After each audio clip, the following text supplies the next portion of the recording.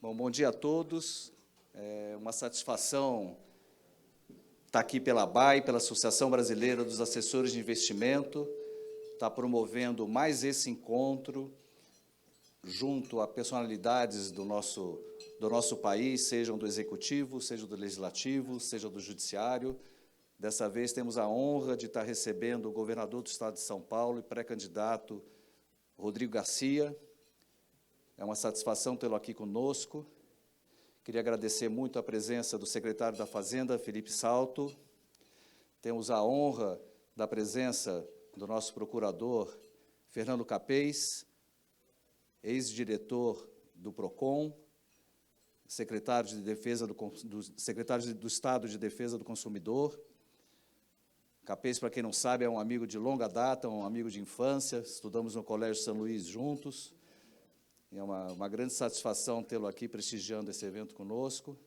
Queria agradecer também a presença do Gilson Finkelstein, presidente da B3, representantes da Ancor, Luiz Cláudio, Orlando, representantes da Ambima, Luiz Guilherme e Priscila, e todos vocês convidados. É uma satisfação tê-los aqui hoje nesse encontro, que tem como objetivo principal aproximar o diálogo, a conversa entre o mercado financeiro, o mercado de capitais e os nossos representantes no Estado.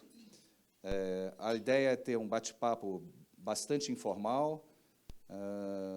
Nosso governador vai ter a liberdade de poder falar aí as grandes conquistas e os grandes projetos que o Estado tem pela frente. Não podemos esquecer que a gente passou por um processo de pandemia nunca antes visto na história do mundo. O Estado de São Paulo brilhantemente soube superar esse desafio e liderou aí o movimento, enfim, que conseguiu fazer com que todos nós aí fôssemos vacinados. Então, nossos agradecimentos aqui a toda a equipe.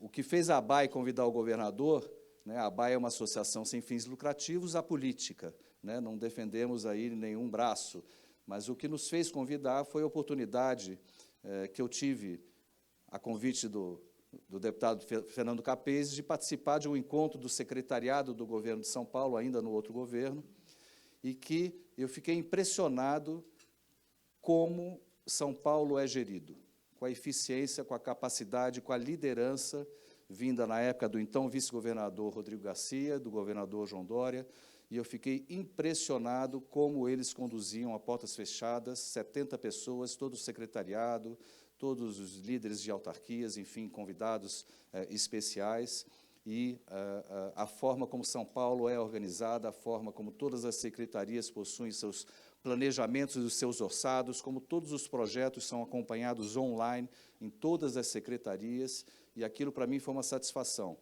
E eu lembro que quando eu tive 2 minutos de fama, né, no final do encontro, né, onde todos os convidados são chamados a prestar algumas palavras, eu lembro que eu fiz 2 comentários. O primeiro deles que era uma pena que muito do que eu estava presenciando ali fosse discutido a portas fechadas e não saísse de portas abertas para que o público paulistano pudesse perceber o que é gerir um Estado como o nosso, com a representação no PIB nacional que nós temos. E aquilo, para mim, foi uma grande satisfação, foi uma honra. Eu saí de lá realmente bastante impressionado com a capacidade de gestão.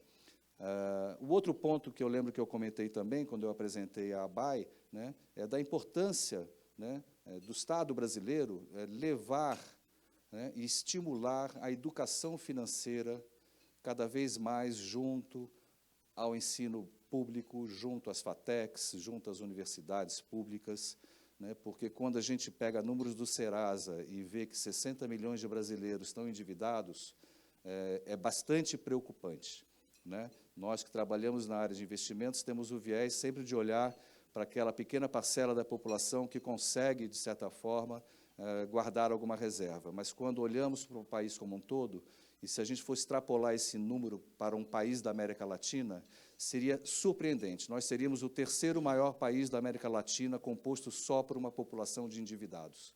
Então, a importância da educação financeira é o que nos une hoje aqui, governador, tanto pela Ambima, tanto pela Ancor, tanto pela Planejar, que temos representantes, que é a Associação dos Planejadores Financeiros, quanto pela ABAI, a PIMEC. O que nos une nesse momento é duas causas em comum.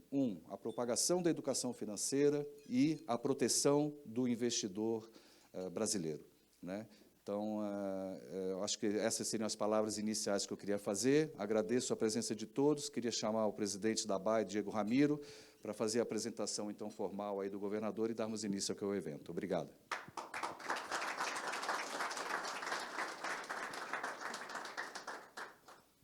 Obrigado, Francisco.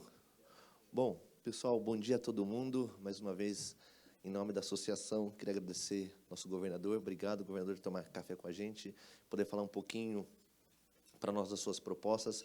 E também para nós da ABAE, para mim é uma honra e satisfação de poder conseguir a nossa associação. Então, aqui eu queria até cumprimentar os meus amigos e conselheiros Lauro, da Six Investimento, meu vice-presidente Paulo, Centro-Norte Investimento, meu tesoureiro, meu Felipe Salto, da ABAE, vamos dizer assim, Ricardo Chaves, da WFlow. Então, e o nosso advogado, Guilherme Champs, também queria aproveitar aqui a sua presença, sempre aqui honrando. Pessoal, eu queria, antes de começar a falar, eu preparei aqui umas breves palavras, aproveitar, para que todo mundo conhecesse um pouquinho da nossa Associação dos Assessores de Investimentos, que faz um trabalho brilhante desde 2015. Bom, como já comecei, para todo mundo, quem não me conhece, eu sou o Diego Ramiro, presidente, me honra ser presidente da associação desde 2019. Eu atuo como assessor de investimentos há praticamente 14 anos e pude, junto com meus amigos da associação, ver a transformação que essa profissão teve nos últimos anos, sendo fundamental para levar a educação financeira para a população. Hoje a gente sabe que o brasileiro, falar de dinheiro é um tabu. Às vezes, dentro de casa, nós não falamos de dinheiro. Imagina, então, uma profissão, o Orlando Dancor vai deixar eu não mentir, praticamente 20 mil profissionais, né, Orlando, que já atuam fazendo esse trabalho de educação financeira. Hoje, as empresas de assessoria de investimentos, que nasceram como escritórios de agentes autônomos, hoje são empresas de assessoria de investimentos. Isso mostra o quanto nós crescemos. Governador, hoje somos mais de 1.180 empresas de assessoria de investimentos no Brasil, espalhadas, com mais de 20 mil profissionais levando esse serviço de educação financeira em lugares que talvez o banco tradicional não tenha interesse de ir por uma questão. Eu gosto de dizer que nós somos mais de 1.180 empreendedores que levam essa bandeira da educação financeira. Eu não vou me alongar, eu vou pedir para que todo mundo conheça o governador um pouquinho mais, a nossa associação. Se puderem passar um videozinho de 3 minutos, aí fica mais fácil para que todo mundo conheça a nossa associação. Por favor, pessoal, o vídeo.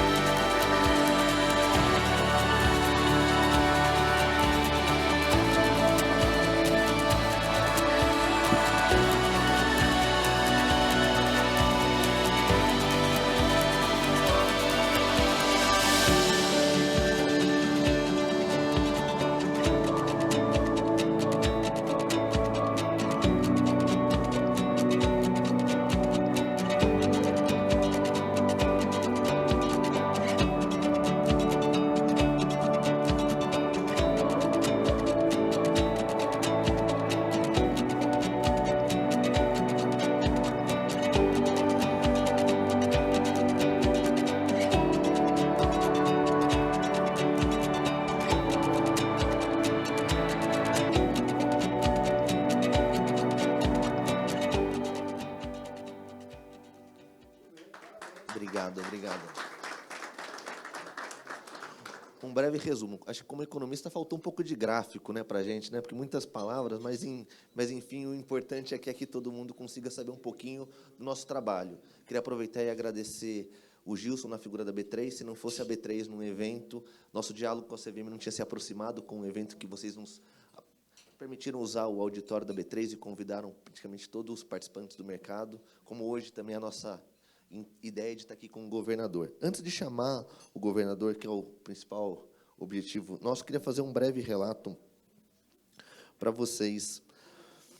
Nesse pouco tempo como presidente da ABAE, eu pude perceber que fazer política é muito importante. Na verdade, é uma arte e, quiçá, um dom, né, fazer política.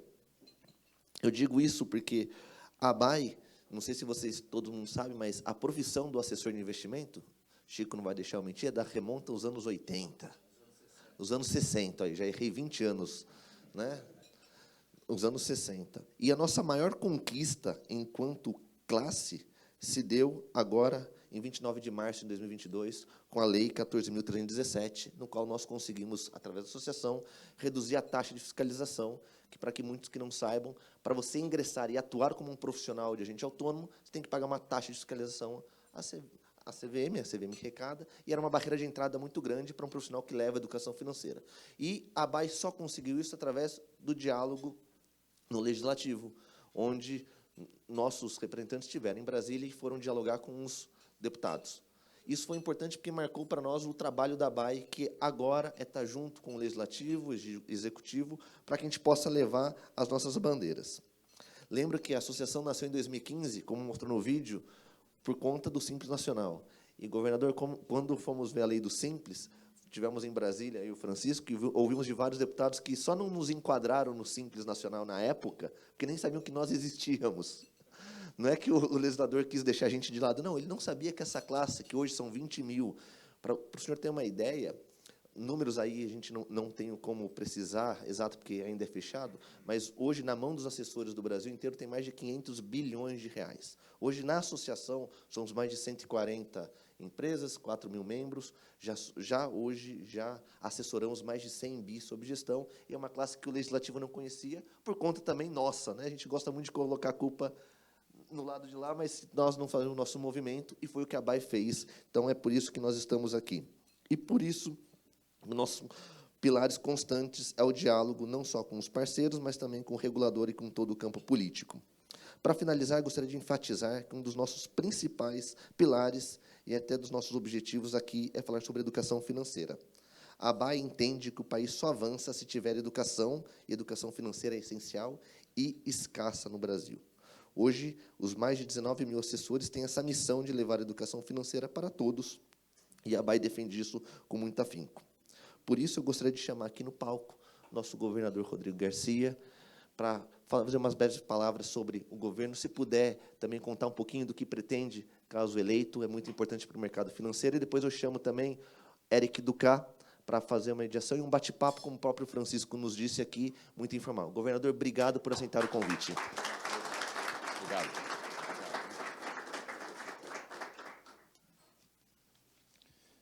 Bom, muito bom dia a todos, bom dia a todas. É um prazer poder começar essa manhã de quarta-feira aqui ao lado de vocês. Se eu soubesse que o café era tão especial assim, Douglas, não tinha tomado em casa, viu? Mas obrigado pela gentileza, pelo convite. Quero agradecer o Diego pelo convite, agradecer o Francisco Amarante também pelo convite e cumprimentar vocês, em nome dos dois, a iniciativa da criação da associação. Eu que fui deputado federal durante um bom período, deputado estadual, sei da importância da sociedade civil se organizar e fazer valer aquilo que acredita dentro do parlamento, né? Nós somos um país grande, um país complexo, e é fundamental que a sociedade se organize para poder lutar pelos seus direitos e por aquilo que acredita. Então, a iniciativa de vocês tem que ser saudada por todos nós, e não tenho dúvida que as conquistas já foram mostradas aqui, mas num país também tão desigual, por mais que você avance, né, você olha para frente, você não está nem na metade do caminho. Então, eu sei que ainda tem conquistas a serem obtidas e novos desafios surgirão para a ABAE. Agradecer aqui a companhia do Felipe Salto, que é o nosso novo secretário de Fazenda do Estado. O Felipe é um jovem de 35 anos, E não é fácil você renovar com qualidade a Secretaria da Fazenda do Estado de São Paulo, por onde passaram grandes figuras do setor público e econômico brasileiro, e fiquei muito feliz quando o Felipe aceitou o meu convite, saiu lá de Brasília, do Instituto Fiscal Independente, e veio assumir a maior secretaria de Fazenda do país, que é a Secretaria de São Paulo. Cumprimentar meu amigo Fernando Capês, também grande deputado, hoje pré-candidato a deputado federal.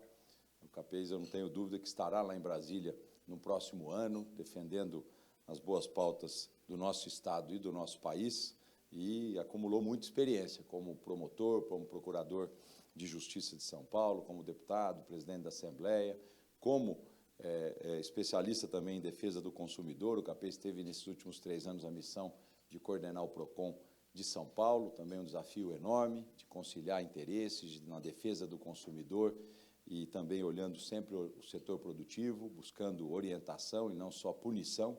E o Capês, dentre as iniciativas que ele tomou como presidente do PROCON, ele também criou um apoio aos mais de 60 milhões, eu não sei o número aqui de São Paulo, dos endividados desse país, né? Então, procurando sempre um auxílio e uma orientação a esse grupo de pessoas.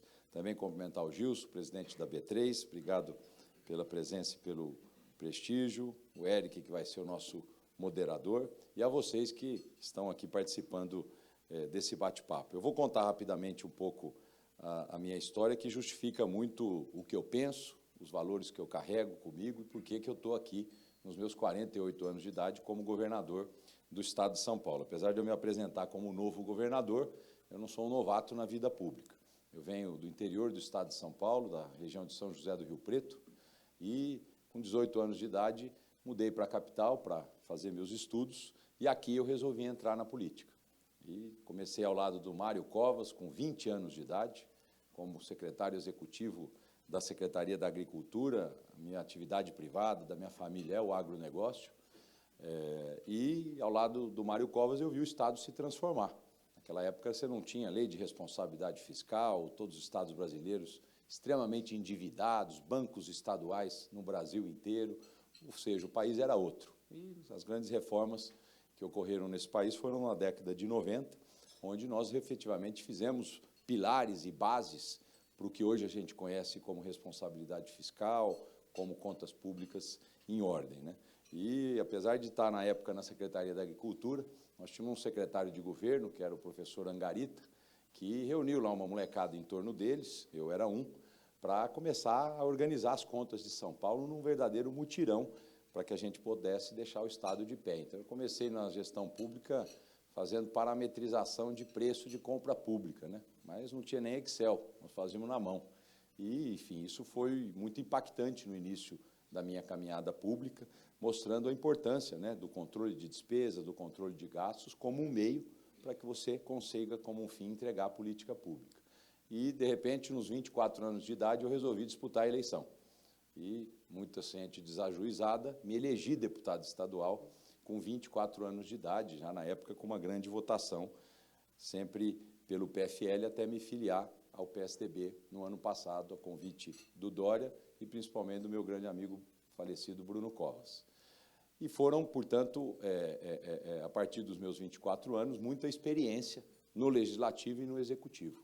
Eu fui 3 vezes deputado estadual, presidi também a Assembleia Legislativa do nosso Estado, aos 30 anos de idade, fui 2 vezes deputado federal, fui líder da bancada do DEM lá em Brasília, com mais de 45 deputados, e tudo isso me deu, eu diria, uma verdadeira formação na política, porque a verdadeira formação na política é no parlamento, é onde você ou convence ou é convencido, é onde você ou consegue colocar as suas convicções e formar a maioria, ou fica apenas na ideia, no sonho, no projeto e não se transforma em realidade. Então, essas experiências no Legislativo, para mim, foram muito importantes. Mas, ao lado disso, nos meus 20 anos de mandato de deputado, eu fiquei 10 anos licenciado do cargo de deputado. E aí, virei um clínico geral na gestão pública. Fui secretário de administração da cidade de São Paulo, fui secretário de Desenvolvimento Social do Estado, secretário de Desenvolvimento Econômico, Ciência, Tecnologia, cuidando das universidades, das nossas ETECs, das nossas FATECs. fui secretário de Habitação do Estado, até o ano de 2018, quando eu me elegi vice-governador do João Dória, numa coligação PSDB-DEM, e já no primeiro dia fui nomeado por ele como secretário de governo. O cargo que lá atrás, eu citei para vocês, era ocupado pelo professor Angarita, um cargo muito técnico, muito voltado ao gerenciamento do Estado, e pela primeira vez um político ocupa esse cargo. Eu lembro até hoje que eu brinquei com o Dória, eu falei, o pessoal vai brincar que eu mando mais do que você, hein? Mas brincadeiras à parte, ele realmente me delegou a tarefa de administração, acho que o Francisco acompanhou isso numa desses nossos encontros, e eu fui com o objetivo claro de procurar sanear as contas do Estado, e é importante falar como a gente encontrou o Estado em 2019.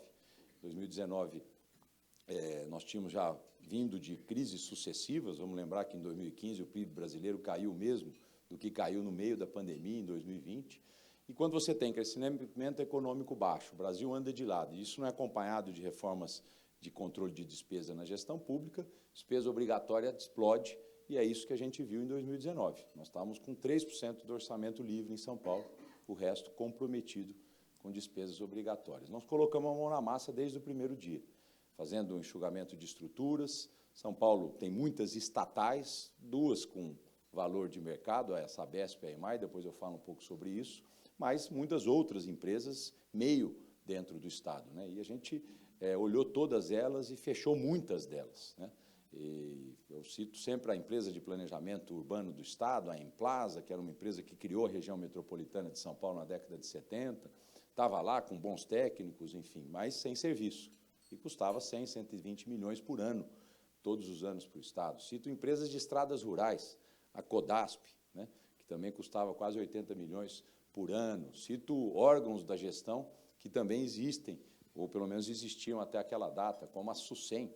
A SUSEM era uma área específica de controle de doenças. Eu que venho do interior, a gente tinha um caminhãozinho da SUSEM que passava pulverizando contra o Aedes aegypti. Isso foi municipalizado depois da Constituição de 88, e até então tinha a estrutura da SUSEM, quase 1.000 funcionários na Secretaria da Saúde. Poderia aqui gastar mais uns 10 minutos falando de outras estruturas. O fato é que a gente efetivamente fizemos uma análise muito pormenorizada do orçamento do Estado, e olha que nós tivemos governadores cuidadosos com as contas públicas, como Geraldo, como Serra, como Covas, mas, naturalmente, no seu tempo, as pessoas fazem aquilo que é possível, né? E, no nosso tempo, a gente efetivamente conseguiu fazer um enxugamento muito robusto da máquina de São Paulo. Só de salários anualizados, a gente cortou mais de R$1,5 bilhão lá naquele primeiro ano. Além disso, um amplo programa de concessões. E eu também era o presidente do Conselho Gestor de PPPs e Concessões do Estado de São Paulo, como secretário de governo, dividi essa tarefa com o Meirelles e com a nossa equipe econômica, e também fizemos muitos projetos de concessão, mas não projetos robustos, como o Estado estava acostumado a fazer, né? Estradas, metrô, isso tudo já é conhecido. A gente foi em pequenas despesas do orçamento, como o Jardim Zoológico, como o Parque da Água Branca, como o Horto Florestal, coisas que consumiam 8 milhões, 20 milhões, 15 milhões por ano do orçamento público. Os aeroportos do interior de São Paulo, né, são 22, nós concedemos todos, tinha um consumo lá de quase 100 milhões por ano nos aeroportos, porque tudo isso você tira da despesa, passa a ter alguma receita, e esse recurso é canalizado para aquilo que é fundamental na gestão pública, que cada vez mais se concentrará em saúde, segurança e educação. Então, fizemos um olhar muito forte na coluna da despesa, um olhar muito importante de concessão de serviços públicos, e o Estado, naturalmente, foi se recuperando, um primeiro ano sempre muito difícil, e o fato é que, com essas reformas, e depois as reformas que a gente fez durante o período da pandemia, algo que foi inédito nas nossas vidas, né, o Estado saiu desses 3% de orçamento liberado para um valor hoje de 15% do orçamento liberado para investimento. Então, hoje, no pós-pandemia, o Estado de São Paulo vive o maior momento de investimento público da sua história, desde 1995.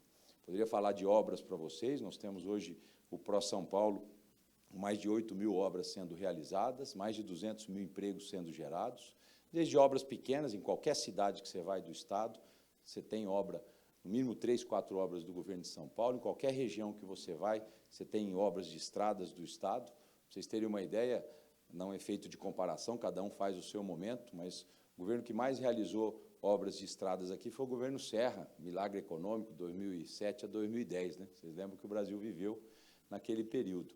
E, na época, o Serra conseguiu fazer 3.200, 3.300 quilômetros de estradas. Hoje, nós estamos com mais de 11.000 quilômetros contratados. Muitos já 2.000, 3.000 entregues e o restante contratado. A Petrobras, que fornece o CAP, que é a matéria-prima ali do asfalto, a Petrobras Paulina não consegue fornecer no volume que São Paulo compra hoje. A gente busca de Minas Gerais, busca do Paraná, tamanho o volume de obras que nós estamos realizando, desde pequenas obras de estradas vicinais até grandes duplicações. Para citar para o do metrô aqui de São Paulo, né? Semana passada eu fui na linha 6, uma linha que vem lá da Freguesia do Ó até o centro de São Paulo, celebrar o emprego de número 9.000. Tem 9.000 pessoas trabalhando no canteiro da linha 6 do metrô de São Paulo, que é a maior obra da América Latina, aquela que teve o problema, tá bom, Fulvio? Aquela que teve o problema ali na Marginal. Em 60 dias a gente resolveu o problema, graças a Deus não teve vítimas, e a obra não perdeu esse tempo, até porque a gente remobilizou outros canteiros de uma linha de quase 15 quilômetros. Tem uma segunda maior obra da América Latina, que é a linha 2, que é da Vila Prudente, a Penha. Também essa é uma obra 100% pública, né, bancada com recursos do Tesouro. Temos 3.000 pessoas trabalhando. Essas duas linhas serão entregues em 2025. Entregamos Tamoios, enfim. Na época, a gente pegou mais de 50 grandes obras paradas, por todos os problemas que vocês acompanharam que o Brasil viveu. Todas das 50 obras, 49 foram retomadas. Nós temos um grande problema ainda, que eu devo publicar a licitação nos próximos dias, que é o leilão do Rodoanel Norte, que é uma obra que continua parada. Nós já fizemos 2 licitações e elas deram vazias, né? Então, vou para a 3ª licitação, agora atendendo. Nós vamos ter um leilão na B3 em abril. Nós cancelamos no último dia por falta de interessados, revimos o projeto e devemos publicar a licitação nos próximos dias. O fato é que São Paulo vive um grande momento de investimento, também vive um grande momento de apoio na área social. O mesmo governo que enxugou máquina pública, que fez todas essas reformas, é o governo que mais investe na área social, diante da circunstância que nós estamos vivendo, um momento extremamente delicado do país. E hoje nós estamos com um programa chamado Bolsa do Povo, que atende quase 4 milhões de pessoas, desde recursos para quem perdeu ente querido na pandemia e era a única renda da família, e tem muitos casos assim, são mais de 30.000 famílias que recebem hoje um recurso todo mês do Estado, e até Vale Gás, Bolsa Trabalho. Para vocês terem uma ideia, nós estamos com 100.000 pessoas trabalhando em frentes de trabalho no Estado nesse momento. Pessoas que não teriam condição de ter um emprego formal pela sua formação e pelo momento que o Brasil vive, pela sua qualificação, e que estão hoje tendo alguma pequena renda com a ajuda do Estado. Esse é um problema crescente que o Brasil está vivendo. O Brasil tem um problema de crescimento baixo e um crescimento desigual, né? E enfrentamos no meio do caminho toda a questão da pandemia, como aqui foi colocado pelo Francisco. Não é algo fácil, né? Quando você olha para trás, você sempre pode ter cometido erros, mas eu acredito que os acertos de São Paulo foram muito maiores, né? E para quem também julgava determinadas decisões do Estado, o Estado apresentou resultado econômico, né? Nesse período de 3 anos, São Paulo cresceu 5 vezes mais do que o Brasil. E vocês que são atentos aos indicadores e aos números, olha a história de crescimento do Brasil e de São Paulo dos últimos 20 anos, vocês vão observar que o Brasil sempre crescia um pouquinho mais que São Paulo, até pela distribuição de riqueza que houve em outras regiões do Estado. E a gente, por decisões, isso não é fruto do acaso, conseguiu recuperar um pouco esse crescimento de São Paulo, crescimento muito robusto e consistente nesses últimos 3 anos. O Felipe fez uma conta interessante para mim na semana passada. Eu falei, Felipe, estamos vivendo um momento de inflação, quanto desse crescimento da nossa receita é estrutural, quanto é inflacionário. Ele me deu os números, 60% é estrutural, Rodrigo, o que mostra que São Paulo está no caminho certo. Temos muitos desafios pela frente. São Paulo precisa escolher os setores econômicos que pretende atrair para o Estado, que serão estratégicos para o Estado nos próximos anos, porque quando a gente olha o nosso orçamento, dos nossos 280 bilhões que a gente tem esse ano, quase 70 bilhões estão na mesa deixados em benefícios fiscais para vários setores. E é hora de olhar se isso é estratégico para São Paulo, onde esses benefícios estão sendo aplicados, para que a gente continue sendo um Estado desenvolvido nos próximos anos. O fato é que eu sou daqueles, portanto, para encerrar aqui essa primeira etapa, que acredita que a gente tem um Estado onde as coisas funcionam, um Estado que entrega política pública, um Estado que se reestruturou e não perdeu a sua capacidade de inovar nesses últimos 28 anos que eu contei desde quando eu comecei a minha participação pública. Mas, ao mesmo tempo, eu digo que eu não estou aqui para fazer mais do mesmo. Eu estou aqui para prosperar, eu estou aqui para inovar, para poder fazer mais e fazer diferente do que foi feito até agora. Mas sem antes não se esquecer de dar valor no que foi conquistado. Porque, nos tempos que nós vivemos, é fundamental a gente não perder essas conquistas. E nós estamos perdendo conquistas no Brasil. Nós estamos perdendo pilares importantes que nos trouxeram até aqui. E, se a gente continuar assim, eu não vejo um bom futuro. Qualquer que seja o escolhido para presidir o país no próximo ano, vai ter que fazer uma conciliação nacional, vai ter que harmonizar a convivência entre os poderes, vai ter que chamar os governadores para um diálogo permanente para que a gente consiga estabelecer um projeto de desenvolvimento nacional. Porque, da forma como a gente está vendo, o Brasil não vai para um bom caminho. E aí, não quero fulanizar. Eu era deputado federal em 2014, quando a ex-presidente Dilma tentou aprovar alguma quebra lá nas regras de ouro do ponto de vista fiscal. Fula ficava lá em Brasília toda hora. E eu era um dos deputados de oposição, derrubamos isso. Ela, em 2015, pedalou e teve um impeachment. E de lá para cá o Brasil vem gastando muito, gastando errado, a pandemia acelerou esse processo e a conta chegou. Chegou, e muitas vezes as pessoas olham isso no restante do mundo também acontecendo, mas pegou o Brasil de calça curta.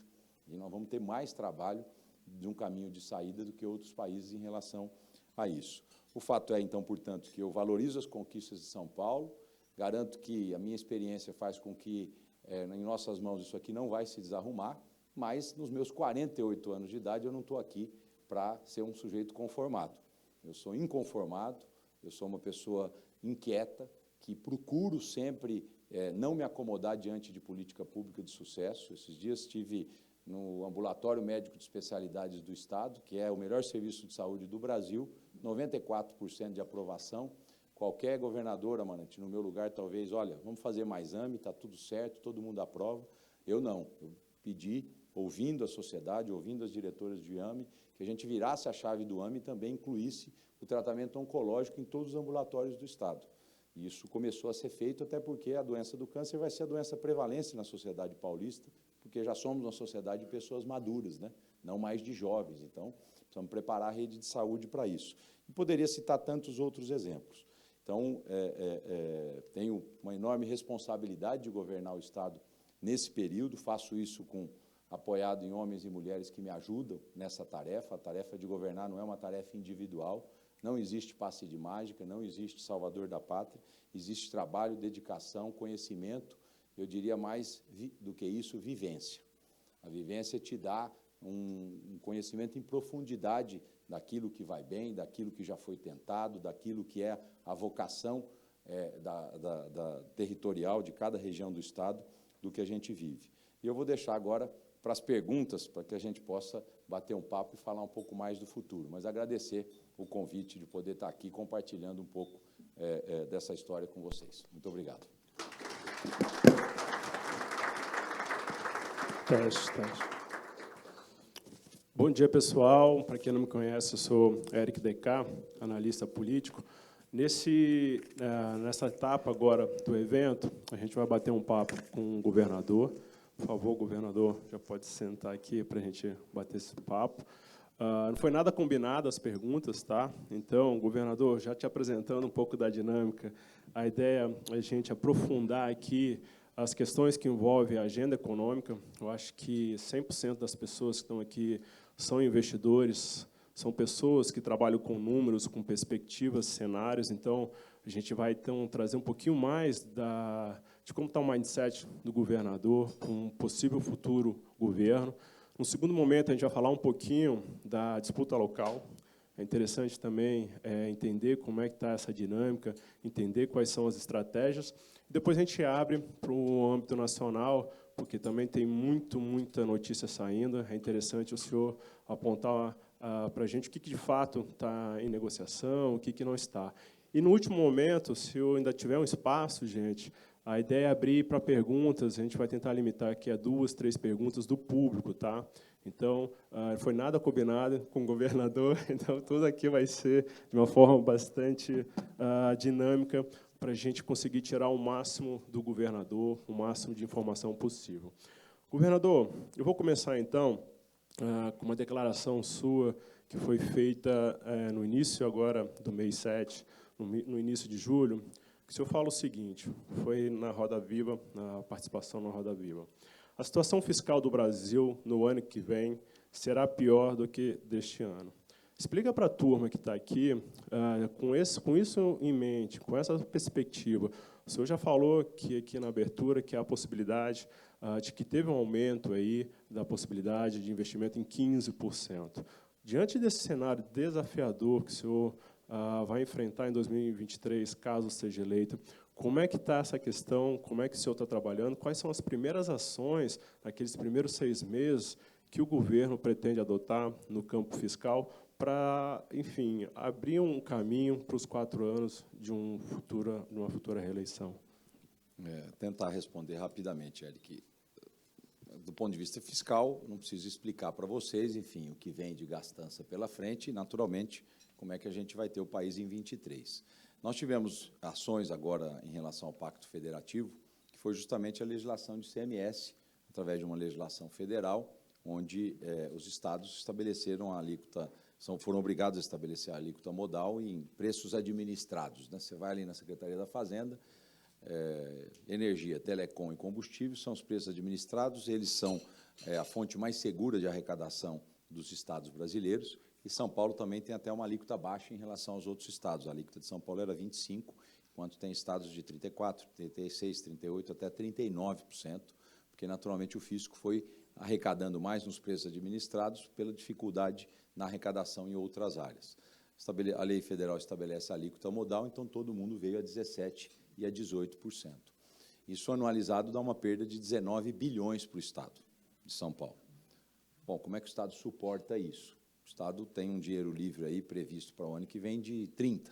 Então, São Paulo vai deixar de gastar ou de investir, vai suportar com o recurso de investimento. Agora, você vai contar no dedo e não enche a primeira mão os estados que têm essa condição de viver sem arrecadação e não com isso e sem com isso comprometer até o seu custeio. A maior parte dos estados entra num comprometimento de custeio. Então, essa conciliação fiscal no ano que vem, na minha opinião, vai ser feito versus dívida pública, né, que é o que eu tentei trabalhar no Senado quando essa conversa começou, que o Estado Nacional pudesse compensar os estados pela perda de arrecadação em dívida pública, tendo em vista que nós temos 22 estados no Brasil que têm acordos de dívida com a União. E, em outros momentos, isso foi feito, e, do ponto de vista da análise dos números de um país, o investidor já se acostumou um pouco com a manobra da dívida pública, né? Sem gastança, mas com prorrogação de pagamento. Então, essa é uma das propostas que eu acredito que vai ter que estar na mesa no ano que vem em relação aos estados brasileiros, para que cada um possa tentar compensar parte dessas perdas com o estoque da dívida. São Paulo paga, para vocês terem uma ideia, 20 bilhões por ano de dívida pública contraída até 1994. Né? Nós chegamos a ter 290% desse estoque da dívida versus a arrecadação de São Paulo. Hoje nós estamos em 116, né, Felipe? Então, portanto, São Paulo vem pagando a sua dívida pública, mas é algo ainda significativo. Você imaginar a dívida de São Paulo, na maior parte dos momentos, ela é muito maior o serviço da dívida do que o dinheiro de investimento. Deixou de ser nesses últimos 2 anos, tamanho as reformas que foram feitas, né? Então, eu acredito que o próximo presidente vai ter que sentar e dialogar com os estados nesse sentido. O Pacto Federativo, Eric, ele é muito claro, né? A Constituição de 88, ela deu responsabilidade e receita para cada ente.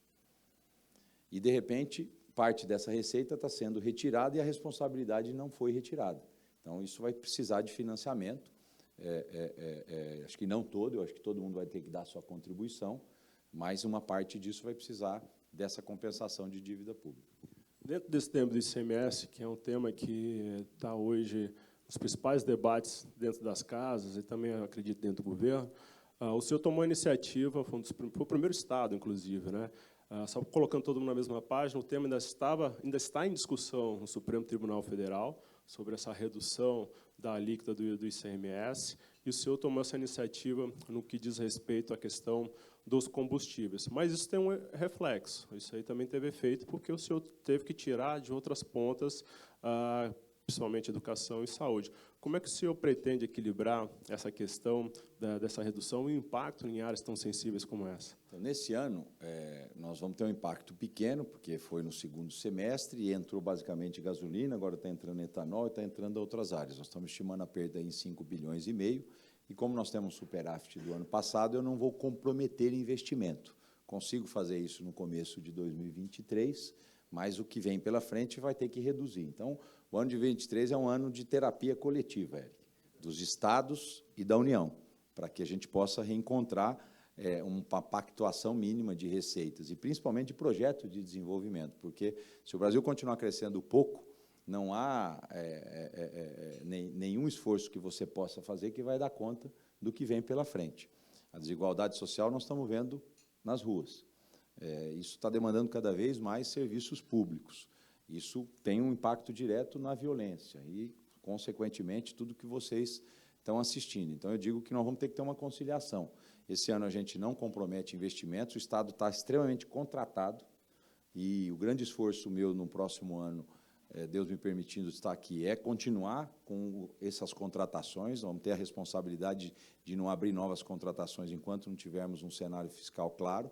Então, eu vivo das obras que estão contratadas o ano que vem, tem muita entrega até 24, mas o Estado é um processo constante. Nós, quando assumimos, não tínhamos estoque de projetos. Nós gastamos mais de R$500 bilhão em projetos de grandes obras que estão sendo feitos nesse momento, os projetos, para que o próximo governador pegue a prateleira cheia e, naturalmente, inicie a contratação de duplicações. Nós estamos olhando todos os desafios logísticos do Estado e os projetos estão sendo feitos nesse momento, para justamente continuar com esses investimentos 23, 24, 25 e 26. Mas falo que pós-eleitoral nós vamos ter essa grande conciliação para encontrar um caminho. E todo mundo, todos os entes, vai ter que dar a sua contribuição. O governo federal tem muita facilidade, porque não se submete à LRF, porque faz a rolagem da dívida pública, como vocês conhecem, consequentemente, mexe em impostos regulatórios, IOF ali, faltou um pouquinho de dinheiro, imprime um pouquinho mais e vai tocando a sua vida. Nós aqui vivemos do que a gente arrecada com muita responsabilidade e com despesas obrigatórias de previdência crescendo. Eu vou dar um número para vocês, com uma constatação. Nós pagamos todos os meses cerca de 1.600 salários de coronéis da Polícia Militar do Estado, que é o teto do governador, e tem 65 ativos, que significa que a gente paga 1.500 e poucos inativos, né? Paridade, integralidade é a regra, aposentam jovens até pela periculosidade do cargo que ocupam, mas essa é a realidade. A gente contrata de 15 a 20 mil PMs a cada mandato e de 15 a 16 mil aposentam. E isso vai para a despesa pública, que é a maior despesa do Estado, folha de pagamento, 106 bilhões de reais. Então, não existe milagre, não existe mágica, existe gestão, existe planejamento, estratégias que a gente conhece para poder enfrentar os desafios do momento. Eu lancei, por exemplo, em abril, em maio, a Operação Sufoco, para falar de polícia, aumentando o efetivo nas ruas. Como é que a gente faz isso? Eu compro a diária. Então, os policiais trabalham de 12 por 36, o Estado está gastando 50 milhões por mês de diárias. Isso deu com que a gente conseguisse reduzir um pouco os indicadores. A gente fechou o primeiro semestre, apesar da sensação não estar boa, menor do que o primeiro semestre de 2019, antes da pandemia.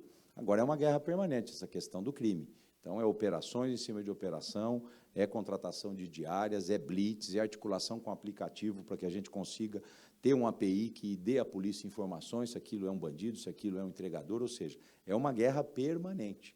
Eu não me acomodo com os bons indicadores de São Paulo. São Paulo é o estado mais seguro do Brasil, longe do segundo colocado. Mas nós que vivemos aqui sabemos que nós precisamos melhorar muito o que nós temos. Então, crimes contra a vida, você morre de latrocínio, um assassinato mais fácil em Nova York do que na capital de São Paulo. Então, crimes contra a vida, São Paulo está muito bem. Furto e roubo é o grande desafio que a gente tem. E é uma guerra diária. Ontem eu terminei a reunião às 11h30 da noite, com as operações que a gente está montando aqui na Paulista e no centro. E um outro problema do Brasil, polícia prende, judiciário solta. Nós tivemos cenas horríveis semana passada no centro, a quadrilha foi presa e ela já foi solta. Ah, não usou arma, mas olha a violência com que eles fizeram aqueles assaltos, né?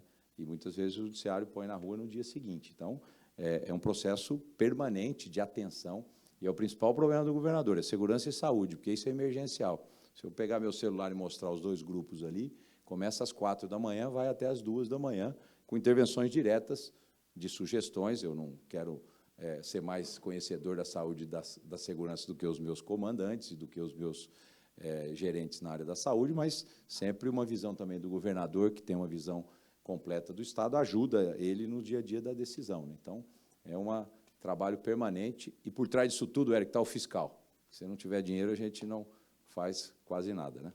Antes da gente voltar para o fiscal, o senhor estava dizendo ali na entrada dessa conversa com o TJ a respeito do uso da Câmara, só colocando todo mundo aqui na mesma página, como é que está essa conversa e qual é a finalidade dessas conversas? Hoje você tem, o Capês é um dos grandes especialistas de direito penal do Brasil. Hoje você tem a audiência de custódia, né, que permite você ali na hora decidir se encarcera ou não e tudo mais. E muitas vezes o juiz, na letra fria do BO ou da ocorrência, não tem arma, então solta. E eu estou insistindo para que eles usem as imagens dos policiais nas bodycams que São Paulo colocou, e hoje já é consenso que isso resolveu muitos dos problemas da polícia. Os estados todos estão saindo comprando bodycams agora. Isso foi polêmica no começo do ano, de quem não entendia nada de segurança e estava fazendo um discurso político. E hoje saiu indicadores e saiu até a pesquisa interna com a tropa e com os oficiais sobre o apoio que eles têm às câmeras, né? As câmeras estão aí para filmar bandido e proteger policial. E eu estou insistindo para que o TJ possa ter acesso nos procedimentos específicos que lhe cabem aos bodycams, para que eles vejam aquelas cenas que a gente assiste, às vezes, na Globo.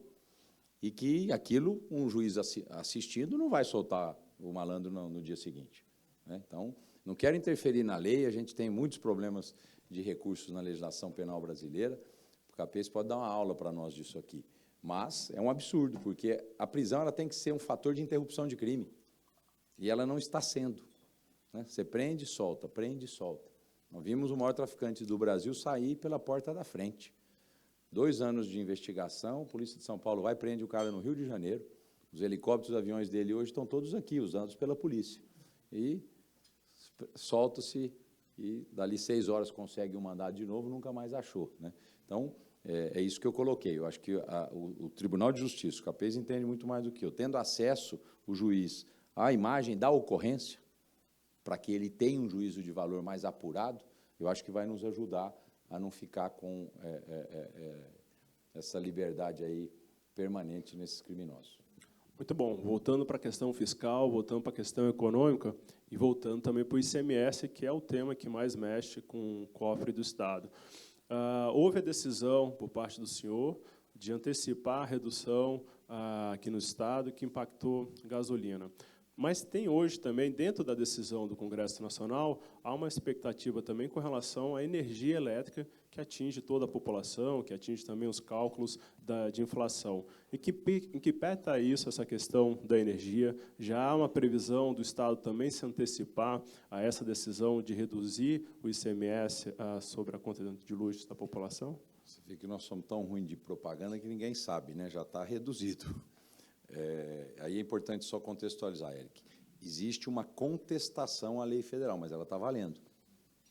Ok? Então, os estados têm que reduzir, e foi o que foi feito. Energia, gás de cozinha, etanol, telecom e energia e diesel. Então, isso já está valendo, já está aplicado. A gente nem está falando muito sobre isso, mas olha a conta lá, vocês vão observar que a alíquota é de 18%. Então, tudo está aplicado já em São Paulo. Mas a grande pergunta hoje no mercado é a TUST e TUST, né? Esse palavrão que eu acabei de falar é o seguinte, gente, é a tarifa de uso do sistema de distribuição e transmissão, porque essa também faz parte da conta de luz e tem incidência de ICMS. Aí tem um debate hoje... Essa ninguém reduziu e estão preparados para o ano que vem, não é isso, Felipe? Fala aqui, Felipe, para eles. Assim você esclarece. Mas todos te conhecem. Se tiver alguma pergunta fiscal, se a Fazenda estiver sendo injusto com algum setor, o problema é dele. É agora. Obrigado, governador. Bom, olha, a TUSD e a TUST, na verdade, elas fazem parte da base de cálculo, né? E, por enquanto, na Fazenda, nós estamos interpretando que elas fazem parte do valor da operação. E, pela Constituição, o ICMS incide sobre o valor da operação. Claro, pela Lei Complementar 194, o espírito disso é que as taxas fossem retiradas. Mas, como há um limbo e está uma grande confusão, então, nós, em benefício do erário, ainda estamos mantendo a interpretação de que a TUSD e a TUST fazem parte da base. Então, por enquanto, é essa a posição. E isso é um baita efeito fiscal, porque, se caírem as duas taxas, nós estamos falando mais ou menos de 7 a 8 bilhões em termos anualizados. É aí que tá o nó da questão, né, Felipe? É aí que está todo mundo olhando. Mas vamos avançando, então, governador, dentro de agenda econômica. A turma também olha muito para a privatização. A Sabesp foi um tema que foi bastante quente ali na gestão Dória. Ele entrou com a promessa de avançar nessas negociações, as coisas acabaram desandando e não avançando para uma concretização de privatização. Como é que o senhor pensa com relação, o senhor também já tem um posicionamento sobre privatização da Sabesp, o senhor já tem um timeline, já tem uma previsão, é uma discussão também que vai envolver o estadual aqui, a Assembleia Estadual. Como é que está esse tema na sua campanha e para um possível futuro governo? A minha lógica, Eric, vai ser sempre o interesse público e o interesse do consumidor, enquanto governador, né? Se a gente consegue comprovadamente mostrar que a Sabesp privada ela vai antecipar a universalização do saneamento daquilo que está previsto nela pública, ela vai conseguir prestar melhores serviços com tarifas mais baratas, eu não titubeio em privatizá-la. Se isso não ficar claro, eu mantenho ela estatal. Vou dar números para vocês. Quando a gente assumiu, nós tínhamos 3 grandes desafios. E o João, na época, vamos vender, vamos vender. Eu falei, olha a situação da empresa. Nós estamos com 2 milhões de consumidores para entrar na Sabesp. Nós ganhamos Guarulhos, ganhamos Santo André, ganhamos São Bernardo. Tanto isso melhorou muito o valor do mercado da Sabesp. Nós temos 2 milhões de consumidores novos, base 2018, novos hoje. Nós não tínhamos o marco regulatório. O marco regulatório foi aprovado na sequência. Nós não tínhamos a regionalização do saneamento que o marco regulatório obriga. Nós já aprovamos. Inclusive, preservamos a área da Sabesp. Nos mais de 320 municípios que ela administra, é uma região do Estado. Nós subdividimos as outras 3 regiões sempre com uma lógica econômica e financeira. Fomos até questionados muito pelo Ministério Público, vocês não usaram em conta a bacia hidrográfica. Eu falei, bom, a lei federal é clara. Você termina num equilíbrio econômico e financeiro, senão você não vai ter atração de capital privado. Então, a nossa lógica da regionalização foi essa, e o Estado assumiu essa lógica, foi aprovado pela Assembleia Legislativa, e, portanto, hoje você tem um cenário muito mais favorável do que tinha em 19. Então, essa será a lógica de qualquer governador. Eu não privatizo ou mantenho estatal por dogma, eu sou um sujeito muito prático e pragmático, olhando o resultado do que isso pode trazer para o Estado de São Paulo. Nós temos uma outra empresa, que é a EMAI, que tem um valor importante também de mercado. O governo federal tinha 36% das ações da EMAI, se eu não me engano, 36%, 38%, foi embora com a venda da Eletrobras. O Estado tem a mesma participação com o controle administrativo da empresa. A EMAI foi fundamental na recuperação do Rio Pinheiros. Hoje nós temos um rio limpo, foram feitas de mais de 600 mil ligações residenciais no entorno da bacia do Pinheiros. Isso, para vocês terem uma ideia, é maior do que uma cidade como Campinas, e a gente fez isso em 3 anos. A EMAI tem, talvez, algo estratégico, que é a possibilidade de participar de leilões de termoelétricas dentro da cidade de São Paulo, com gás que vem de Santos. Então, isso talvez agregaria muito valor a ela, o pessoal está avaliando, porque a EMAI também pode ser uma empresa passível de venda. Na privatização eventual da Sabesp, nós vamos ter que ter uma pactuação com os municípios, né? A capital é responsável por quase metade do faturamento do resultado da empresa. Todo mundo conhece os contratos que a Sabesp tem com os municípios, então eles vão partilhar, sem dúvida nenhuma, o resultado da venda da Sabesp, vão ter que estar de acordo com esses resultados, e é assim que eu vou me comportar sendo eleito governador, né? Olhando o resultado de uma eventual privatização para o consumidor da Sabesp, que é isso que vai me interessar. Esse racional também serve para a linha de metrô e também os trens? A linha de metrô tem outro racional, né? Porque você não consegue... a PPP que a gente fez de metrô, que é a maior do Brasil, no limite você conseguiu tirar do zero a linha com 50% de dinheiro público, 50% de dinheiro privado, e como a tarifa é regulada pelo governo, sempre quando você não dá aumento, que faz 2 anos e meio que não tem, o Estado coloca lá na CRI mais dinheiro. Então, ela tem uma outra lógica. Eu diria que a PPP é um caminho para a expansão metroviária. Hoje nós temos 2 projetos de linhas novas contratadas, linha 19 e linha 20. Uma que vai lá para o ABC e a outra que vai aqui para Guarulhos, né? Então, vocês vão olhar, daqui 5, 6 anos, vocês vão lembrar dessa conversa. É as próximas linhas que vão entrar em obras. E eu pedi para o metrô, e ele já fez, uma contratação de uma assessoria econômico-financeira para saber como é que a gente viabiliza essas linhas, né, que não é só recurso público, nós estamos imaginando, sim, em PPPs, modelando como foi a linha 6, mas com outras características em relação a essas 2 linhas. Então, nós fizemos a primeira concessão de trem do Estado, que foi as linhas 8 e 9 da CPTM, apanhamos muito na transição desses primeiros meses, agora isso já está equacionado e a melhoria de serviço vem para valer, e nós fizemos isso na CPTM porque nós conseguimos demitir 2.500 funcionários depois que a linha passou para o privado, né? Então, é um saneamento permanente e a CPTM tem um longo caminho de concessão pela frente. Hoje, os trens da CPTM, eles praticamente são metrô, pelo número pequeno do intervalo que tem, e nós estamos investindo muito na eletrização, na qualificação e nos sistemas da CPTM, tudo vai se transformar em metrô ali, com o volume de trens que nós estamos colocando no sistema. Então, eu diria, se olhar concessão daqui para frente, não para a expansão do sistema, mas para a operação do serviço, tem muita coisa para caminhar em relação ao metroviário de São Paulo. Muito bom. Governador, para a gente fechar essa primeira parte de agenda econômica, fazer uma reflexão do que foram os 4 anos do Dória, o que o senhor pretende implementar, o que o senhor pretende ainda deixar que começou a ser executado, o senhor fazia parte também do governo, caso o senhor seja eleito, dentro dessas questões, dessa agenda econômica, agenda de infraestrutura, o que já... Eu digo, nós temos um plano de metas que está em andamento, né? Para vocês terem uma ideia, para você ver como a inflação pegou, né? Nosso plano de metas tinha lá 125 grandes metas, foi isso que o Francisco Amarante via que eu tinha lá no meu iPad e puxava a orelha dos secretários, né? Todas as metas que a gente estabeleceu eram vinculadas à execução orçamentária e qualquer problema que nós tínhamos, acendia lá a luz vermelha e a gente punha o secretário lá no banquinho para contar a história do que ele tinha de problema. Mas tudo isso feito com uma dinâmica interessante de gestão. As metas custavam 67 bilhões em 2019.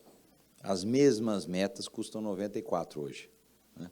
Você vê como a inflação pegou diretamente também a prestação de serviço público. Então, você tem o desafio, óbvio, de concluir isso que está planejado, mas eu diria que no próximo mandato, né, eu vou ter 2 focos muito importantes, né, educação e emprego. Eu vou falar um pouco de educação para vocês.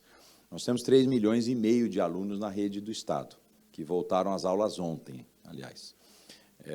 Então, você imagina que todos os dias São Paulo serve no mínimo 3,5 milhões de refeições, né, café, as escolas de tempo integral têm 4 refeições, enfim, tudo isso funciona, e funciona bem no Estado. São Paulo vai bem no ensino fundamental, nós somos o primeiro do IDEB, e tem um desafio grande no ensino médio, que será o meu principal foco. Desses 3,5 milhões de alunos, 500 mil está no Fundamental 1, que é as primeiras séries do Fundamental. Isso, na época, o Covas começou a municipalização e não concluiu. E depois o Geraldo, Serra e os que vieram acabaram também tendo dificuldade de municipalizar o Fundamental 1. Até por uma questão econômica. Para você municipalizar, você manda o aluno, manda a escola, manda o dinheiro do Fundeb e fica com o professor. E fica, como diz no interior, para o resto da vida, né? Porque você paga, inclusive, a Previdência. Então, economicamente, a Fazenda vai brigar quando você fizer isso. Mas é fundamental para o Estado. Você precisa municipalizar o Fundamental 1, porque a Prefeitura é melhor do que o Estado em cuidar dos alunos menores. Ela tem educação infantil, tem a creche e tem o Fundamental 1, e nós vamos fazer isso de qualquer forma, né? Custe o que custar, e se precisar vender a Sabesp, eu vendo, porque isso é fundamental para o futuro de São Paulo. Tem 500 mil alunos, capital, Campinas, Limeira, Guarulhos, onde eles estão concentrados. Nós temos mais aluno do Estado do que a Prefeitura na cidade de São Paulo, no Fundamental. precisa municipalizar. Aí sobra 3 milhões de alunos, mais ou menos meio a meio. Fundamental 2, de quinta a nona, e ensino médio, primeiro, segundo e terceiro anos. Aí o desafio é 100% integral. E a gente conseguiu, nesse período, sair de 100 mil alunos, desses 3 milhões e meio, até 2019, para 1 milhão e 100 mil alunos de ensino em tempo integral. Nós fizemos vezes 10 nesses 3 anos. Temos ainda a consolidação do que foi feito. Eu apanho todo dia por falta de professores nessa expansão, e aí eu vou dar um número para vocês. Nós temos 204 mil professores na rede, está faltando 1.100, 1.200. E eu estou com concurso aberto. Então, eu prefiro apanhar que 3 ou 4 ou 5 ou 6% das aulas da expansão do ensino integral estão sendo dadas online e não com professor presencial, do que não ter feito os 94%, 95% do que a gente fez.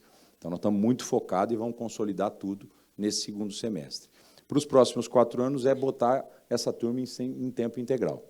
E, no ensino médio, fazer a grande revolução que São Paulo vem fazendo, mas nós temos que dar escala, que é fazer o ensino médio técnico junto com o ensino médio regular.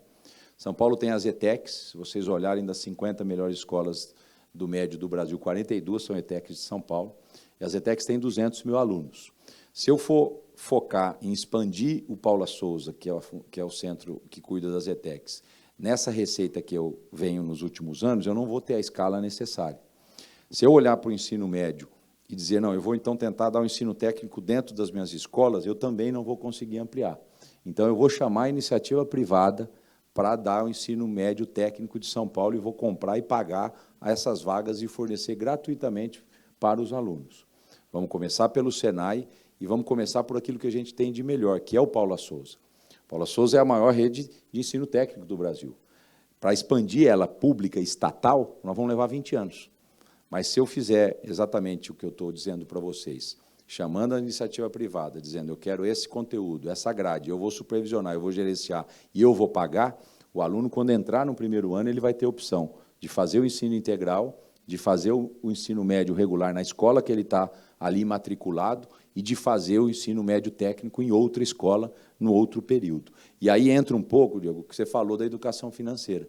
No ensino integral, você tem a oportunidade de fazer, dentre as disciplinas, o chamado projeto de vida, que a educação financeira tem tudo a ver com isso, né? E, portanto, o ensino médio técnico em São Paulo, para mim, é o futuro da qualificação de mão de obra. Meu projeto é, do mínimo desses 1,5 milhão de alunos, 50%, eu não acho que nós vamos ter mais interesse do que 50%. Quem queira, até 2026, faça o ensino combinado médio técnico. O Brasil errou quando privilegiou o ensino superior lá atrás. Se a gente tivesse investido todo esse dinheiro no médio tech, nós teríamos uma geração de pessoas formadas para o trabalho, que já teriam o seu projeto de vida estabelecido depois do ensino médio, que faria, naturalmente, a trilha do ensino superior, mas com emprego e com habilidades concretas que, infelizmente, o ensino superior não deu a eles.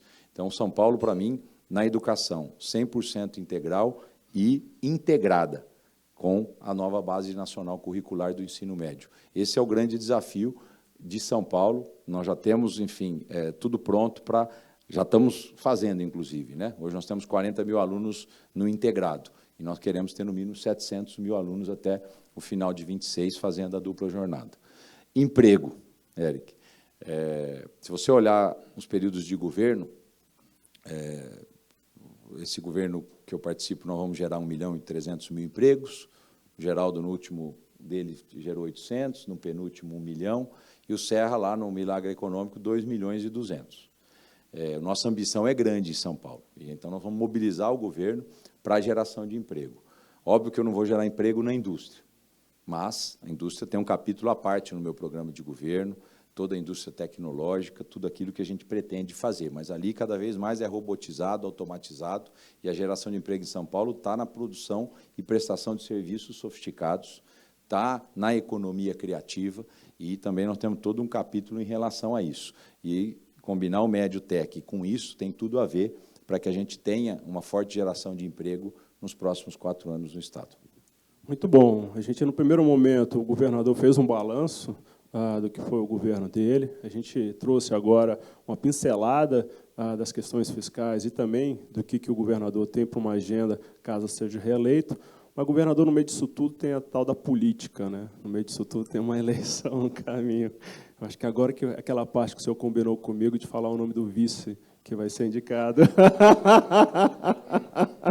Brincadeiras à parte, a gente vai entrar, então, nessa parte da disputa local. Primeiro, sabendo como é que está essa questão realmente da composição, vocês fecharam já 10, uma aliança com 10 partidos, o senhor sai bastante robusto aí para essa disputa. Como é que está essa negociação com relação à indicação de um vice? Bom, eu consegui montar a maior coligação de todos os candidatos, né? Isso vai me permitir ter mais do que o dobro do tempo de televisão dos meus adversários, comerciais, força política, mais de 1.000 candidatos a deputado, mais de 587 prefeitos dos 645 nessa proposta de uma renovação de mandato. Então, isso dá uma robustez grande na candidatura, e isso já começou a apresentar resultados. Eu estava lá com 1, 2, já estou pontuando mais, mas a boa pesquisa é a do dia 2 de outubro. A eleição de governador, pessoal, ela tem uma dinâmica diferente da eleição de presidente da República. A eleição de governador, de senador, de deputado, ela não é a principal é a de presidente, então, portanto, ela não desperta muita discussão política. Quando você provoca, o cara fala. Então, ela vai ganhando tração ao longo da campanha. Por isso que vocês veem as grandes mudanças na reta final para governador. Para presidente é mais difícil isso acontecer, e para prefeito isso é mais difícil acontecer, porque elas são as eleições que puxam e, portanto, cada um tem o seu, é difícil você mudar, né? A de governador, a influência do pedido, do aval do voto, ela é muito forte, né? Então, eu tinha cidade que eu estava com 2%, porque eu sou o menos conhecido, apesar de governar São Paulo, e em um mês eu fui para primeiro colocado. Por quê? Porque o prefeito local fez uma prestação de contas, mostrou o que o governo está fazendo, mostrou quem eu era, mostrou a parceria, e até interessante, até o WhatsApp do governador aqui, se eu precisar de alguma coisa, eu ligo para ele, né? E isso influencia muito as pessoas. Poxa, eu nem conhecia, e aí você faz a pesquisa, já passem para o primeiro lugar. Então, isso é muito natural na eleição de governador. Na eleição de presidente, não. A eleição de presidente é o coração, é aquilo que cada um decide. Como eu disputo o Campeonato Paulista, sem padrinho, né? Eu não estou aqui para servir a minha coligação, nem ao meu partido, estou aqui para servir a São Paulo. Eu não estou aqui para ser projeto político de um candidato a presidente ou de outro. Eu sou independente, sou autônomo, carrego a minha história com acertos e erros e vou me apresentar, sim, para a população, né? Eu sinto que, cada vez mais, a população de São Paulo quer um governador autônomo e independente, que dialogue com qualquer espectro da política e com quem sentar na cadeira da presidência da República. É dessa forma que eu vou me comportar. Eu tenho na minha coligação representante de todos os candidatos a presidente, né? Tenho partidos que apoiam Lula, que estão comigo, que apoiam Bolsonaro, que estão comigo. O meu partido apoia a Simone. Temos o apoio do União Brasil, que tem o Bivar. Tem o Avante com o Janones. Tem o PROS com o Pablo Marçal, e assim sucessivamente, né? Então, é uma coligação ampla, focando o Estado de São Paulo, independente da questão nacional. Então, estou muito animado. A gente vai chegar na nacional. Mas, antes, o cenário base hoje para o senhor, segundo turno, é o quê? É esse que está dado aí hoje?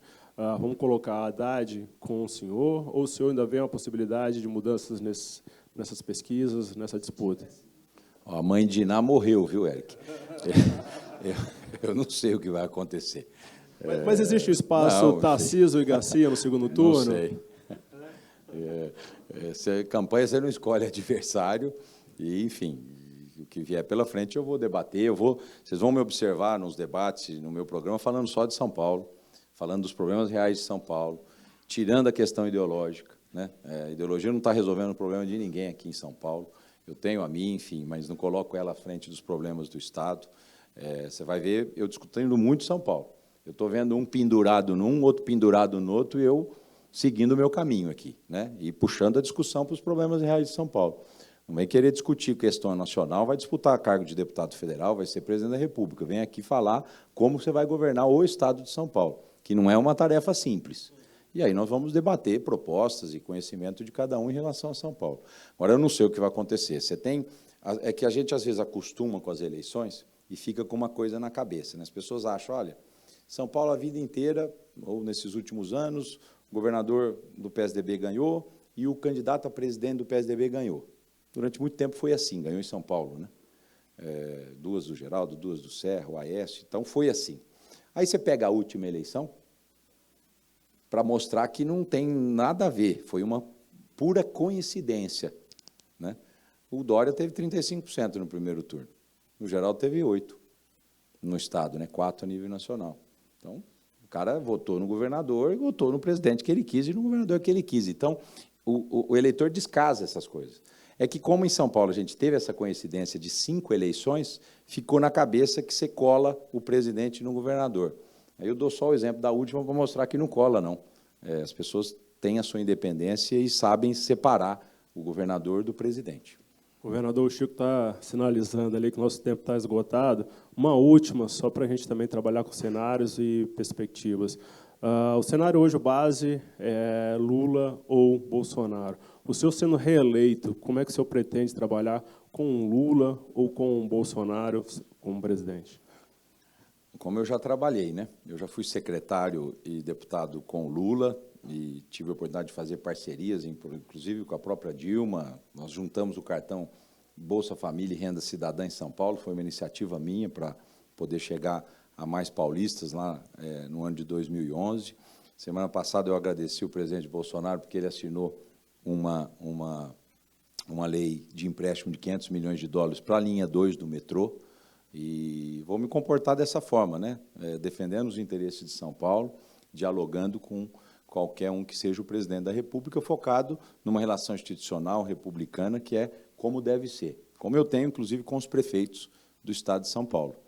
Quem aqui conheceu os prefeitos, por exemplo, do PT, vocês podem ligar para eles são oposição a nós, mas em nenhum momento o Estado deixou de ter intervenções fundamentais nas grandes cidades que o PT administra em São Paulo. Diadema, Mauá, Araraquara, enfim, pode pegar o testemunho. Aliás, os prefeitos dão um testemunho público sobre a nossa relação, né? Eleição divide, tem torcida, tem disputa. Passada a eleição, governo para todos, né? Eu não governo só para quem concorda comigo, eu não me cerco só de pessoas que falam amém para mim, porque acredito que esse diálogo e essa construção coletiva é o fundamental para a gente chegar como a gente deve chegar na sociedade. E sempre me comportei assim. Eu sou um conciliador ao longo da minha vida, mas defendo com muita veemência aquilo que eu acredito, respeitando sempre opiniões contrárias. Mas, mesmo quando eu tenho divergência, eu não vou para a briga, né? Eu sempre procuro ter o diálogo para a gente ver se tem um caminho de convergência. Governador, a gente está caminhando já para o final, a gente está aqui quase há 1 hora nesse bate-papo, passa muito rápido. Vou deixar esse último espaço para as considerações finais e agradecer também o espaço e esse bate-papo com o senhor. Obrigado. Bom, muito rápido agradecer a oportunidade de estar aqui, me colocar à disposição de cada um, de sugestões, de críticas que tenham a nossa atuação. Como eu disse, eu sou o novo governador, mas não um novato na vida pública, né? Vim me preparando para esse momento. As pessoas me perguntam, você está pronto? Eu me sinto pronto, sim, né? Me preparei a vida inteira para governar São Paulo. Sempre tive o foco como governador. Já na última eleição, tinha tomado uma decisão de vida de não disputar mais cargo legislativo e foquei efetivamente no cargo do executivo. E, enfim, vivi tudo isso. Sei que São Paulo ainda tem muitas potencialidades para serem exploradas e pretendo fazer nos próximos 4 anos. Quero defender São Paulo dessa guerra ideológica que o Brasil está vivendo. Nós vamos ter desafios enormes pela frente. A eleição de São Paulo sempre foi importante para o Brasil. Na minha opinião, ela passa a ser essencial para o Brasil que nós teremos nos próximos 4 anos. E, se estiver aqui, vou ser um ponto de equilíbrio, de bom senso, de sensatez no mar de disputa que a gente está vivendo. É assim que eu me comporto, é assim que eu sempre me comportei durante a minha história. Então, não contem comigo para levar São Paulo nem para a direita, nem para a esquerda. Contem comigo para levar São Paulo para frente. Obrigado. Obrigado.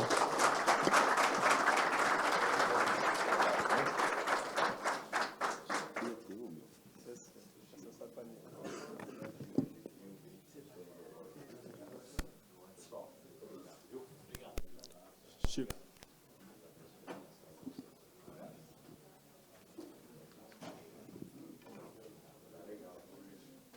Pessoal, em nome da BAE, queria agradecer a todos, espero que tenham gostado. Infelizmente, vou pedir licença, mas o governador vai ter que se retirar. Vou acompanhar até ele, mas eu volto aqui na sequência com vocês, tá bom? Obrigado.